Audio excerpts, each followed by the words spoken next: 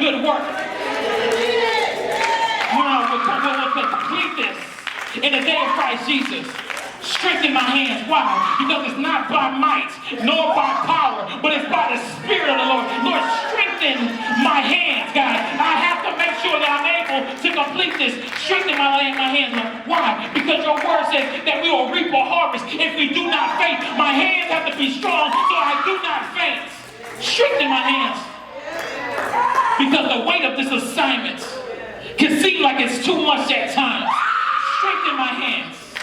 I heard the news. It broke my heart. It revealed my passion. It delivered my purpose. Now strengthen my hands so that I can fulfill it. I mourned. I fasted. I prayed. Lord, I asked you for success. Now strengthen my hands. You gave me favor with the king. Now strengthen my hands. You provided everything that I need. Now strengthen my hands. Everything that I asked for. Now strengthen my hands. I surveyed the magnitude of this assignment, God. It is a whole lot going on. Now strengthen my hands. I could not do it alone, but you sent the people. So strengthen my hands. People dropped their own agenda to work with me. It didn't make any sense because they weren't professional wall builders, God. But now I ask you to strengthen my hands. They worked side by side. They worked hard. They are willing to address the conflict and move past all the petty. God, thank you now, God. I ask you to strengthen my hands. They tried to stop us, God, but I'm asking you to strengthen my hands. They lied on me, but you're strengthening my hands. They accused me, but you're strengthening my hands. God, they talk bad about me, but you're strengthening my hands. God, the people working on the wall were in turmoil, but you're strengthening my hands. My enemy thinks the wall is done, but the gates aren't even up yet, God. So strengthen my hands, so that way I have the strength to finish. The strength to finish. As the scripture says, they were all trying to frighten us, thinking that their hands will get too weak for the work, and it will not be complete. It says, but I prayed. In the face of everything, the same thing that got Nehemiah where he was. He said, I started out in prayer, I'm going to end in prayer. My hands can only be strong because, God, you asked for this, God. You called this. You put this in my life, God. It is not up to me to finish, God, but I need you to strengthen my hands so I can do what you called me to do. My God. So why not pray for that strength in the beginning? It's saying because he will make sure he will have it for when you need it. The issue is typically, it's not getting, like I said earlier, not getting started. It's making sure that we have the strength to finish. Why? The scripture says that one day I went to the house of Shemaiah, son of Deliah, the son of Methabel, who was shut in at his home. He said, let us meet in the house of God, inside the temple. And let us close the temple doors because men are coming to kill you. By night, they are coming to kill you. I'm almost done. Verse 11 says, but I said, should a man like me run away? Or should I have someone like me go into the temple to save his life? I will not go. Verse 12 says, I realized that God had not sent him. That's why his hands have to be strong. Because the attacks are being elevated. And people who he thought are for him are now completely against him and trying to sabotage him. But that he had prophesied against me because Tobiah and Sanballat had hired him. He had been hired to intimidate me so that I would commit a sin by doing this, and then they would give me a bad name to discredit me. So my last point that I want to make, and I'm going to get out of here, is that you must identify the imposters that you have in your presence. They may sound Christian. They may look Christian. It may be family sometimes, but sometimes the people are right there around you. Their whole premise, their whole purpose is to be an imposter. Because if I can just get you slightly derailed, because it sounds good. God, I'm not about what sounds good. God, I want to be involved with what sounds great, what your purpose is, God. God's saying, even that I'm revealing. Those that sometimes just hide right there in plain sight. And that has been my prayer, God. Lord, let me know who is truly for me. Lord, let me know who is for me, God. But God, more importantly, God, let me know who truly loves you. Because you can only build with people who are serious about building the kingdom of God. Everybody else is an imposter. I'm not saying you're a bad person, but I just can't you're an imposter, right? I'm not saying you personally, but that's how we have to look at it. Identify the imposters. Right. You're around me because you're around the wall. You had an assignment. But where God is trying to take me, you can't. I can't forward you for where I'm trying to go. And I've been asking God, this vision that we want to do, I understand some people, this vision scares you. But I say, God, okay, God, identify the imposters, God. Because I know I see what you've done with just a few people, God. And if you have a few people that believe in God, then I'm not really worried about those who don't think that it can be accomplished. Verse 14 says, remember Tobiah and Sanballat, my God, because of what they have done. Remember also the prophet Noedia, and how she and the rest of the prophets have been trying to intimidate me.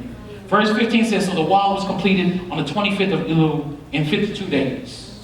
When all our enemies heard about this, all the surrounding nations were afraid and lost their self-confidence because they realized that this work had been done with the help of our God. The best way to silence your critics is for you to see the vision completed.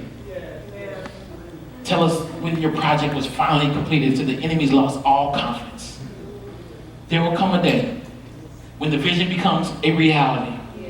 And that even your enemies will have a hard time explaining how this happened through you. So don't let criticism distract you. You take it to God and watch God work. You just continue to be faithful. Sword in one hand, the Bible in the other. God, I'm working and I'm praying. God, I'm ready to fight if I have to fight, but God, I'll continue to do what you do. And you sit back and watch. Goal after goal, purpose after purpose, passion after passion, kingdom assignment after kingdom assignment, success after success, testimony after testimony. As they start pouring in, you're saying, God, I remember that there's some times where I realized I didn't think I had the strength to finish, but God, I remember when I said, strength in my hands. Every imposter, every naysayer, every person who's trying to make this difficult, it says they'll lose self-confidence, God, and not self-confidence, God, they'll realize, God, that God, it was you the entire time. God, your enemy is fighting a losing battle when you're on the winning side. You say you won't have the strength to finish. That's what we're looking for. My God, we're halfway through the year. Some of y'all haven't even got going yet.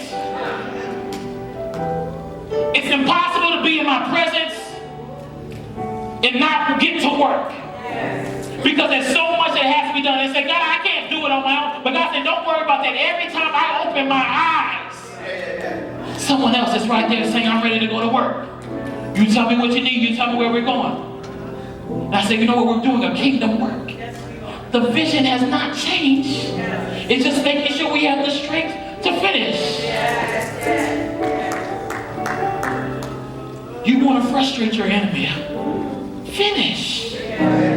That's it. Nobody cares about you being half-cooked. I'm working on well done, my good and faithful servant. Nobody's asking for your medium rare, medium well spiritual life. I'm working out to you and say, okay, why do you work so hard? Because I'm working on my well done.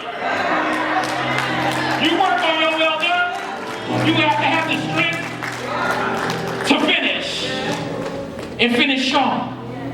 Watch God work. You'll never finish what you do not start. That's why distraction is so effective at derailing the good work we're doing. Because the enemy does not want us to finish. So as we approach the finish line, it's important to remember what we're aiming for. Sometimes we may look back and realize, God, I remember when I left over the towel. God said, but that's why you prayed for your hands to be strengthened. People want elevation. They want elevation, but they're not willing to put in the necessary time. Consistency is the key. Everything in life. I'm consistent in the fact that I'm not coming down off this wall. That's the reason why he can continue to build. Because I'm working on my well done.